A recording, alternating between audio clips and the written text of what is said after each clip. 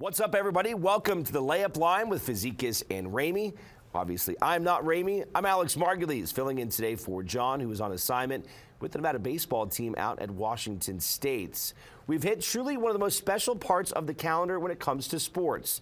The end of March is full of juice. College basketball hits its peak with March Madness. The NBA heads into the final leg of the regular season, and hope springs eternal on the diamond with opening day in Major League Baseball. We'll talk all about that with the Hall of Famer Nick Fazekas, including Nevada basketball seeing their season come to a hard-fought end on the road in Auburn in the NIT quarterfinals. It's all coming up next on the Layup Line.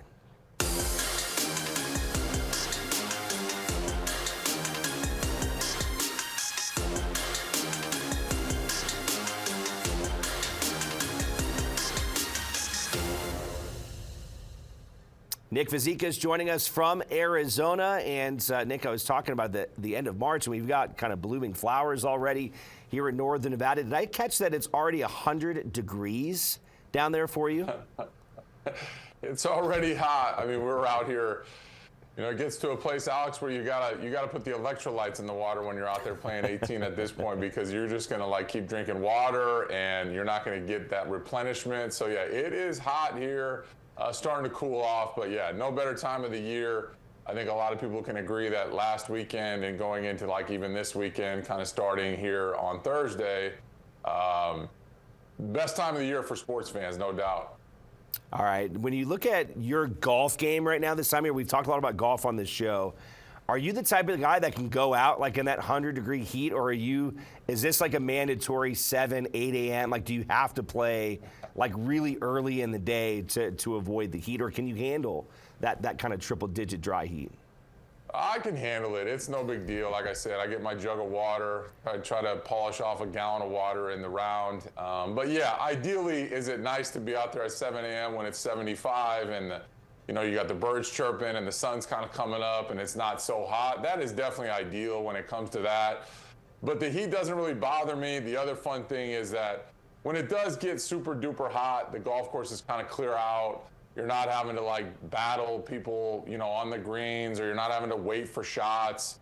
A big rule of thumb of mine is you just try to stay in the cart as much as you can. You don't need to be chasing the balls in the desert when it's 115 degrees outside, because it just makes for a really long day. But you know, as you can see, you get to a nice color when you get to spend 4 or 5 hours outside every day. All right, let's talk some college hoops. Nevada basketball on Wednesday saw their season come to an end at the hands of the Auburn Tigers, 75-69. Nevada finishes the year 24-13. They get to the quarterfinals of the NIT, a game short of a possible run. In Indianapolis, Nevada really shot the ball well in the game, but 46%, Nick, but it really felt like, to me, a little bit of a microcosm of what we've seen from them a lot of times this season. In some of the kind of higher competition games, there's really like maybe that 5 or 10 minute stretch that kind of burns Nevada. In this game, in the first half, they found themselves down 30-16. They were down by 14 points. They made things interesting. They got within 6 points several times, including the final score. Some kind of weird plays in the second half maybe could have turned things around for them, but ultimately just did not quite have enough to get that kind of signature win that I feel like kind of eluded this team a lot this year, not being able to necessarily get that big win when they really needed it.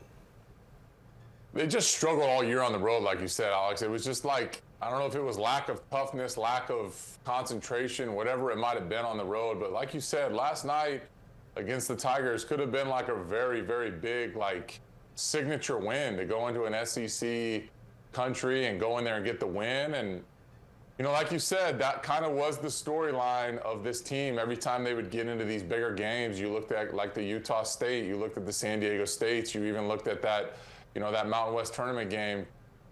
They had these lulls where they had trouble scoring. You talked about how they shot 46%, which is not a horrible night of shooting, but it's just like the turnovers, like they kind of came in bunches, and they were a great team about not turning the ball over. But sometimes these bigger games, they would find themselves with high turnover numbers. And yeah, it's just a bummer because this team, I felt like, had a lot of good pieces. Steve put together a very good roster.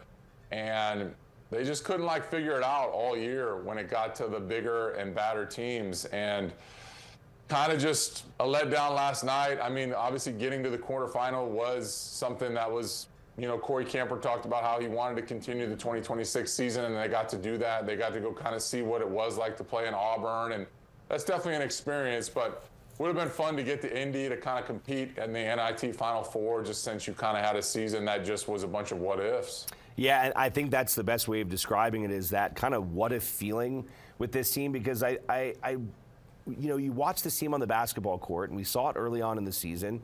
There was so much potential, and I think maybe one of the most frustrating things, and those in the locker room may feel different about this, but I don't really feel like Nevada necessarily hit the ceiling they were capable of. Like, there was just maybe another level that they could have gotten to. It seemed to me like those pieces never quite fell in place to reach their ultimate potential. Is that kind of how you felt like you saw this team throughout parts of the season, including, at the very end there against Auburn? I felt the same way, Alex, and I'm sure there's a lot of fans sitting in their couches right now after last night that are a little bit bummed out about how it ended, right? I mean, you did get 2 home wins against Murray State and Liberty, but again, we're talking about home games versus the road games. And yeah, like you said, they just never got to their ceiling. I know it hurt big time when Joel went down there early in November, or I should say the latter part of November, but early in the season. And they just never were able to find that spot or that guy that could fill that spot, kind of what Joel brought. And I know Steve kind of was handling with kid gloves there towards the end, and Joel never really saw maybe a consistent rotation of minutes. He came off the bench in the latter part, and I thought he played really, really well in the Mountain West tournament. Vaughn Weems was dynamite the last 6 to 8 weeks of the tournament. Really came to be the best player on the team, which was in the middle of the season, he also kind of was struggling to find his way. But yeah, you're right. They never got to the ceiling. They never really fulfilled what they kind of had in that locker room. Really hard to say what it was from a fan's perspective and kind of from where we're sitting. But what if season kind of ended the way it did, and it just would have been nice to see them maybe get one of those big road wins at a Mountain West opponent, because it kind of built some confidence for them kind of going into some of these road games as they weren't able to get done in the second half of the season. We'll obviously have a lot of time to talk about what's next for Nevada. We won't spend too much time on this show, but you kind of have that looming deal again now when it looks, in terms of roster construction, what Steve Alford and his staff had to do last year, bringing in 10 new guys. I mean, they had to completely overhaul this thing. And as you look at next year, you're pretty much in the same boat. I mean, it would be surprising to think that you're going to have more than 3, 4, maybe 5 guys come back from this year's team. I mean, that's just kind of the nature of the beast right now with NIL and college basketball. This year was what it was, and next year is going to be very, very different. It'll be different. You're going to see a lot of new faces. I mean, yeah, you would like to retain some of these guys that kind of contributed late in the season and kind of showed that they were happy to wear the silver and blue and kind of had a little bit of, loyalty to the program. But that's just not how the NIL works, right? I mean, you kind of touched on it, Alex, and I think if everybody saw, the interview that Coach Calhoun from Utah State kind of gave out, I mean, he said it cost $10 million to get to the Sweet 16 now. Wow. And it's kind of a bummer that that's kind of where college athletics is at, because $10 million is a lot of money. I mean, it's a lot for these, mid-majors and smaller sort of mid-majors, I guess, if you want to call them that you're not really seeing in the Cinderella stuff anymore, because it's just the players are at a different level with those roster salary numbers. And so I think it'll take a special group. I'm sure Steve is kind of seeing what, the mountain kind of looks like. And if we all know Coach Alford, as we all do, I mean, he probably wants to climb that mountain as he's done so many times in his coaching career and his playing career. So you kind of want to, put the critics to bed and maybe be like, well, we didn't need $10 million to get to the Sweet 16, but maybe that's just the new reality that we live in. I'm sure at this point, there also is becoming a salary number that you need just to get into the NCAA tournament. Right. So it will be interesting, Alex, to see all the new faces and what kind of Steve has built going into next year, because I think you're right. I don't know if it's going to be 10 guys, but it's probably not going to be too short of that. Yeah, I was listening to John's broadcast last night. Mike Furlong, one of the assistant coaches, was on, said it was one of the best kind of nucleus of teams that he's ever coached, and it was truly one of those hard years to see come to an end because they genuinely worked hard, they played hard, they were together, but ultimately just did not quite get to the level that they were hoping for. So Nevada's season, again, comes to an end in Auburn, and we'll spend much more time talking about the future on this show and other programs here on NSN. Coming up next, though, we're going to shift gears. We're staying with the NCAA, and we're going to talk a little March Madness. There have been some wild games already, and as Nick started talking to there, the impact on NIL and roster budgets. How has that felt its effect here in March? We'll have that more coming up. The following segment is sponsored by Northern Nevada Toyota Dealers. Back here on the Layup Line, Alex Margulies filling in for John Ramey. Nick Fazekas joining us from Arizona. Nick, let's talk a little March Madness. It has been an exciting year, as it always is. There's big upsets. There's dramatic finishes. We do tape this show on Thursdays, so there are going to be some more incredible games that take place between now and maybe if you watch our show on Sunday night on NBC. Thus far, Nick, is there a moment, a game, an upset, a situation that has kind of been your defining moment of March Madness so far? You know, Alex, I don't know if we've seen that defining moment yet, right? I mean, I think everybody's filled their brackets out, and I know that everybody likes to have the wonky bracket and the super duper upsets and, you know, the Cinderellas. And we haven't quite got there, right? I mean, you get Iowa tonight against Nebraska, which will be another fun matchup as they split in the middle of the season. Texas has been kind of an interesting one, which it seems as whoever plays in those first four games that comes out gets some momentum, kind of always has a little bit of success, at least getting to the Sweet 16 if you look at the kind of the history. But I think the fun part and like the kind of silver lining to not having a bracket that looks the way you thought it was going to look with all the Cinderellas is that you're going to get some heavyweight matchups, at least, you know, going forward. I mean, you've got like Arkansas against Arizona. You get the UConns and the Michigan States. I mean, you get these like technically blue bloods and these programs that have been around for so long and have won a lot of national championships.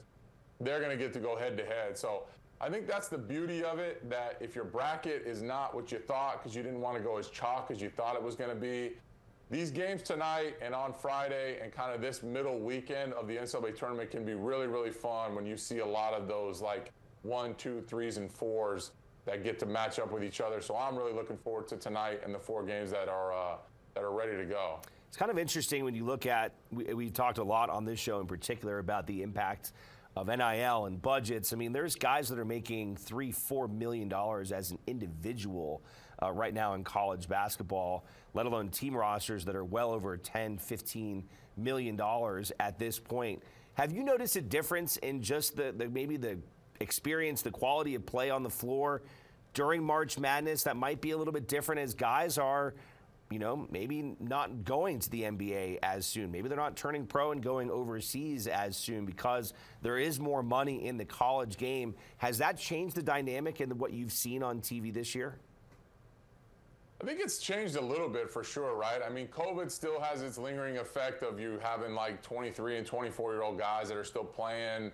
And like, yeah, did those guys hang on because they were still making money with NIL? There's no doubt about it, Alex. I mean, geez, why would you move on if you can sit there and make, you know, 6 figures, 7 figures and play as a 23-year-old, you know, super duper senior at that point? But yeah, I mean, I think you're seeing the level that's getting to a little bit more of like a maturity level. It's not as many young guys. I know that the Dukes are still around and you still do have some of these super freshmen, but that really hasn't been the narrative of this season or this NCAA tournament, if you ask me. I just feel like it's kind of talked a little bit more about like experience and kind of having groups that have kind of been together for a little bit of time. You look at a team like Texas that has had some guys that have been together, and it seems to be working. I do think that was a fun matchup in the beginning when you got to see Kentucky, that's well known as a $20 million roster, against little WCC Santa Clara, and Santa Clara almost and should have had that game all wrapped up. So I thought that was kind of fun because that almost felt like the David and Goliath of salary caps in college basketball. But yeah, like you said, you're starting to see a little bit of a different rhythm here with the NCAA tournament and the fact that the freshmen maybe aren't dominating it as much as they kind of used to. All right, so we've got a couple weeks left in the NBA regular season. I think this is going to be a really fun playoffs. Can't wait to talk about that as we continue this show through the end of the month of April. You look at what the Denver Nuggets did this week. Jamal Murray scores 53 points a game. Nikola Jokic has 23 points, 21 rebounds, and 19 assists. Nick, he almost had a 20, 20, and 20. How is that even possible?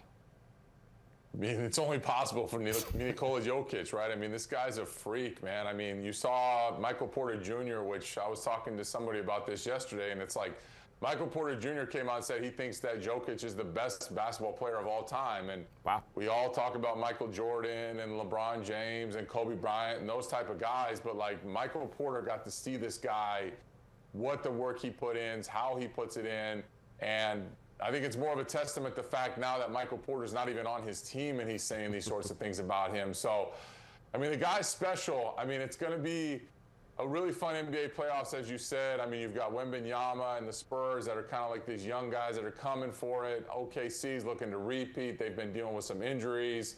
And then the Nuggets are always scary. I mean, Jokic is always that guy that's going to come in and consistently give you those numbers. I do really believe the Nuggets, you know, playoff hopes or, you know, aspirations hinges on Jamal Murray because it feels like when he plays well, the Nuggets do well. And then, yeah, Jason Tatum's coming off an Achilles, and he's come back, and he's not even really missed a beat. So the Celtics are another team to talk about. So NBA playoffs should get fun as they get ramped up and get closer to, you know, May and June. All right, another story I want to quickly touch on. How about the fact the NBA has voted in favor of adding teams in Vegas and in Seattle? All 30 owners voted in favor of this. Are exploring bids now for those two cities. $7 to $10 billion is the range you're going to have to come up with to own a team in one of those two cities. How cool, though? I mean, the NBA without the Seattle Supersonics, that's had a big void. I mean, that was one of the classic franchises. And then, you know, Vegas with the success of the Golden Knights, and you've seen the success of the Aces on the WNBA side. I mean, getting NBA franchises in these two cities, this is going to be pretty cool. It'd be really cool. I got the bonus in my career to get to be able to play at Key Arena a long time ago, and so that was fun because, like you said, Seattle's a basketball town. That's been a big like West Coast basketball city for as long as probably you and I can remember. There's been some studs that have come out of there. You obviously had the Sonics back with Gary Payton and Sean Kemp. I mean, it was just a fun place to have basketball. So I'm really excited about Seattle getting a team, and then Vegas. I think everybody can have that discussion of if you got to come up with that kind of money, I think there's one guy that is paving the way to be the owner of that team and wants to see it do it. And I think LeBron will definitely be the guy that leads the charge on the Las Vegas team from all the speculation. And it's kind of just timing up perfectly to where does LeBron play one more year, and then all of a sudden he kind of tells Adam that he's going to take over that Vegas franchise. But, insane. You know, Vegas is turning their place into a big city, and they're about to have all four major sports here shortly. Yeah, you imagine you have Tom Brady and LeBron James both owning teams in Las Vegas potentially by the end of the decade. Pretty interesting stuff. All right, it's coming up next. It is Major League Baseball opening day this week. The Dodgers trying to make it a three-peat. We'll talk about who might be able to take them down coming up next on the Layup Line. The following segment is sponsored by Bradley, Drendel, and Janae. We're back on the Layup Line. Nick Fazekas, Alex Margulies. Major League Baseball opening day this week.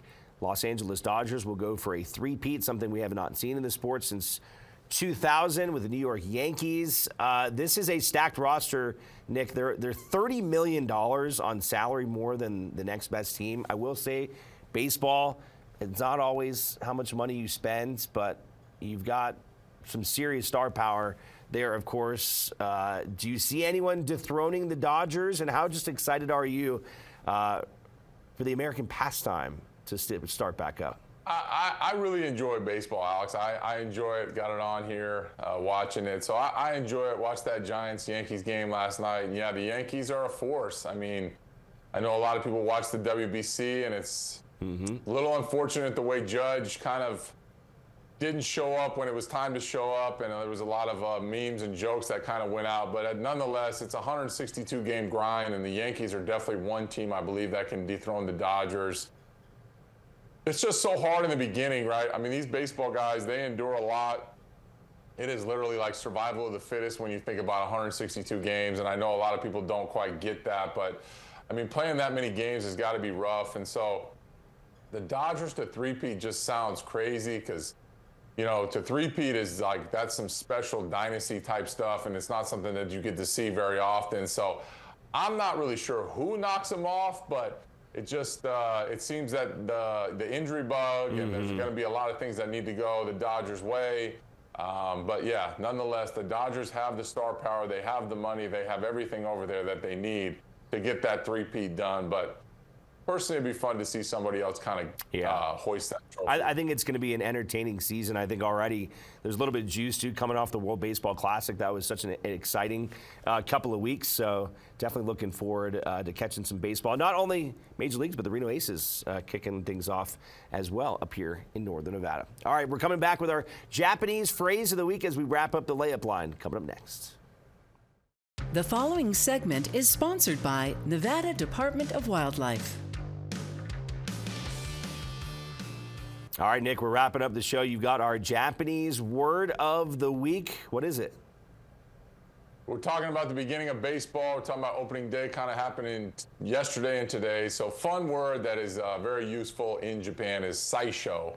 So saisho very much means beginning, or like to start, or like maybe it's like the first thing. So yeah, kind of a useful one there, Alex.